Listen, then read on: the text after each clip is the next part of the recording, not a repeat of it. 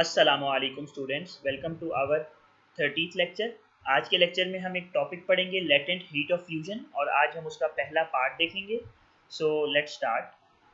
So basically जब भी हम किसी सब्सटेंस को हीट करते हैं, अब लेट्स सपोज एक ऐसा सब्सटेंस था जो सॉलिड था and when we heat that substance then the solid will be change into the liquid state.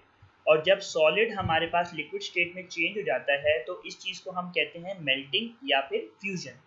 तो जब भी सॉलिड स्टेट लिक्विड स्टेट में हमारे पास चेंज होगा due to heating of that substance, this is known as melting और we can also say it as a fusion as well.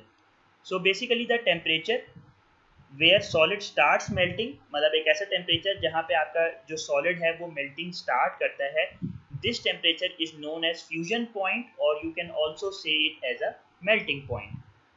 तो एक ऐसा टेम्परेचर जब आपका जो सॉलिड है वो मेल्ट करना स्टार्ट करता है उसको हम फ्यूजन पॉइंट भी कहते हैं और उसको हम मेल्टिंग पॉइंट भी कहते हैं।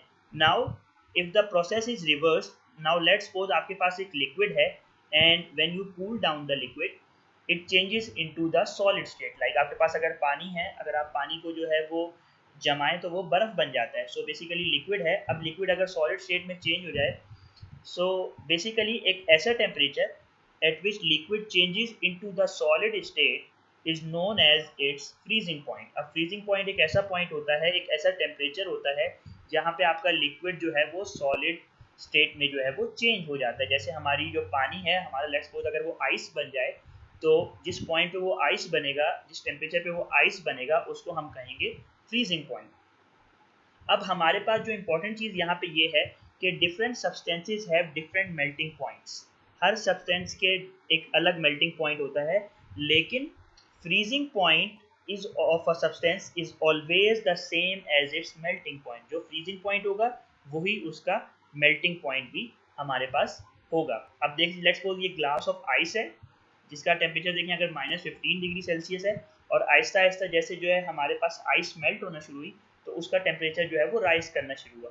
फिर जब आइस थोड़ी सी मेल्ट हुई so it would be 0 degree Celsius. जब सारी मेल्ट हो गई तो देखें that would B 0 degree Celsius again.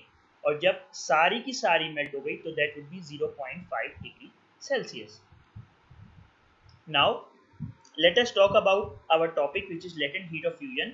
So the formal definition of latent heat of fusion is the heat energy which is required to change the unit mass of a substance from solid to a liquid state at its melting point without change in its temperature is called its latent heat of fusion। अब हमें जो heat energy हमें जो चाहिए होती है किसी भी mass of substance को अगर हम solid से liquid में convert करें at a specific melting point without changing in a temperature, this is known as a latent heat of fusion। अब latent heat of fusion को हम denote करते हैं HF से। So this is F stand for fusion and H is basically the symbol of latent heat। So HF basically it is known as a latent heat of fusion and it is equal to delta QF, amount of heat required। Delta Q is the amount of heat required and F is basically the fusion and m is the mass of the substance. तो delta Q F जो है वो बराबर हो जाता है हमारे पास m into H F के। So H F is the latent heat of fusion, m is the mass of a substance and delta Q F is the amount of the heat required for fusion process. अब अगर हम इसका unit की बात करें तो delta Q F क्योंकि amount of heat है और हीट हमें पता है कि जूल्स में हम जो है रिप्रेजेंट करते हैं and mass we represented in kilograms. So unit जो बनेगा हमारा लेटेंट हीट ऑफ फ्यूजन का that would be joule per kilogram. Now जैसे कि हमें पता है कि हमारा जो आइस है वो वाटर में चेंज हो जाता है एट 0 डिग्री सेल्सियस और हमारे पास जो latent heat of fusion of ice है उसकी वैल्यू हमें गिवन है which is 3.36 into 10⁵ joules per kilogram. सो इसका मतलब ये है कि हमें 3.36 into 10⁵ joules per kilogram heat चाहिए होगी, जूल्स हीट चाहिए होगी to melt 1 kg of ice into the water at 0 degree Celsius.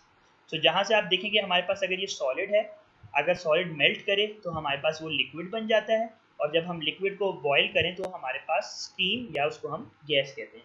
और ऑपोजिट प्रोसेस हमारा ये होता है कि अगर हम गैस को कूल डाउन करें तो कंडेंसेशन का प्रोसेस होता है जिससे वो हमारे पास जो है वो लिक्विड में कन्वर्ट हो जाता है और लिक्विड को जब हम फ्रीज करें तो वो हमारे पास जो है वो सॉलिड में कन्वर्ट हो जाता है।